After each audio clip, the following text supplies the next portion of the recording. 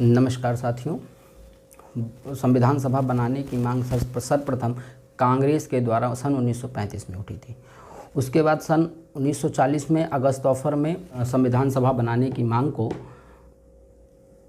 मंजूरी दे दी गई। 1942 में क्रिप्स प्रपोजल आया जिसका काम था संविधान को बनाना, परंतु द्वितीय विश्व युद्ध के बाद मुस्लिम लीग द्वारा क्रिप्स प्रपोजल को नकार दिया गया, जिसके बाद ये फेल हो गया और सन 1946 में कैबिनेट मिशन प्लान के तहत संविधान सभा का गठन हुआ, जिसमें कुल सदस्यों की संख्या 389 थी। परंतु माउंटबेटन प्लान के तहत भारत और पाकिस्तान के विभाजन के बाद टोटल संविधान सभा के सदस्यों की संख्या 299 बची, जो कि भारत के प्रोविंशियल स्टेट्स और प्रिंसली स्टेट्स को रिप्रेजेंट करते थे। कैबिनेट मिशन प्लान के तहत संविधान सभा का गठन नवंबर 1946 में हुआ। संविधान सभा की जो पहली बैठक हुई वो 9 दिसंबर 1946 को हुई, जिसकी अध्यक्षता सच्चिदानंद सिन्हा के द्वारा किया गया।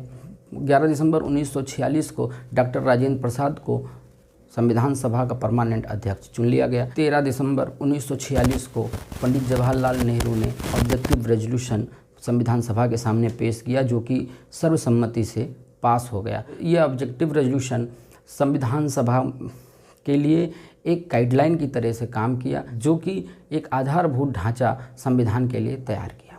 संविधान बनाने के लिए विभिन्न कमेटियों का गठन किया गया, जिसमें से प्रमुख रूप से proposal committee, drafting committee, committee on substantive affairs और अन्य कई कमेटियां बनाई गई।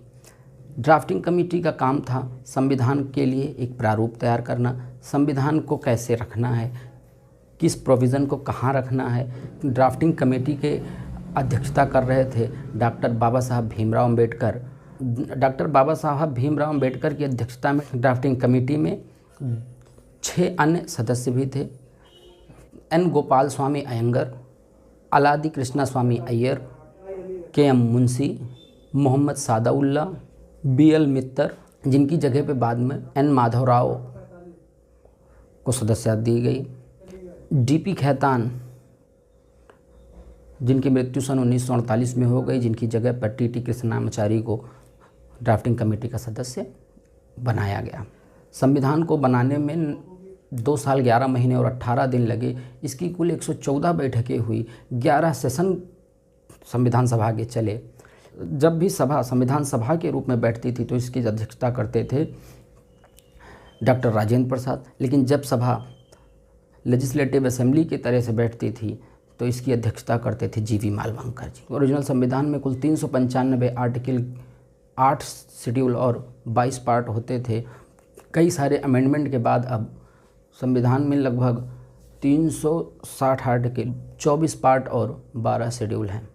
आर्टिकल 294 कॉन्स्टिट्यूशन का कहता है कि वो कौन कौन से आर्टिकल हैं, वो प्रोविज़न्स हैं संविधान के, जो कि 26 नवंबर 1949 से लागू हो जाएंगे। पूर्ण रूप से संविधान 26 जनवरी 1950 को लागू हुआ। इसके पीछे की भी एक कहानी है।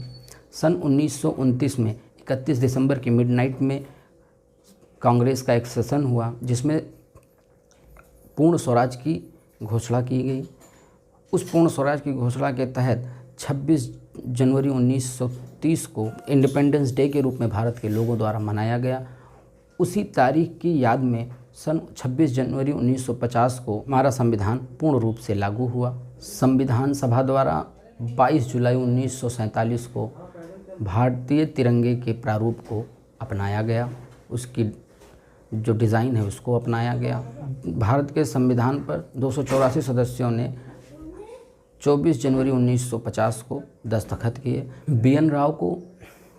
राव को संविधान सभा का सलाहकार नियुक्त किया गया। विधानसभा की पहली मीटिंग मुस्लिम लीग के द्वारा बाइकआउट की गई और उसके बाद माउंटबेटन प्लान के तहत भारत पाकिस्तान का विभाजन हुआ, जिसमें वेस्टर्न पाकिस्तान, ईस्टर्न पाकिस्तान, असम के कुछ ज़िले, नॉर्थ वेस्टर्न फ्रंटियर, बलूचिस्तान और अन्य क्षेत्र आए जो कि पाकिस्तान के हिस्से में गए।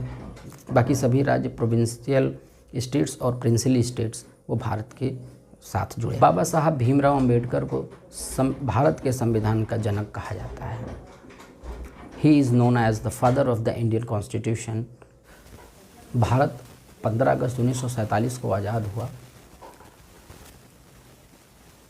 और 15 अगस्त 1947 से 26 जनवरी 1950 तक कॉन्स्टिट्यूएंट असेंबली टेम्परेरी पार्लियामेंट की तरीके से काम करती रही।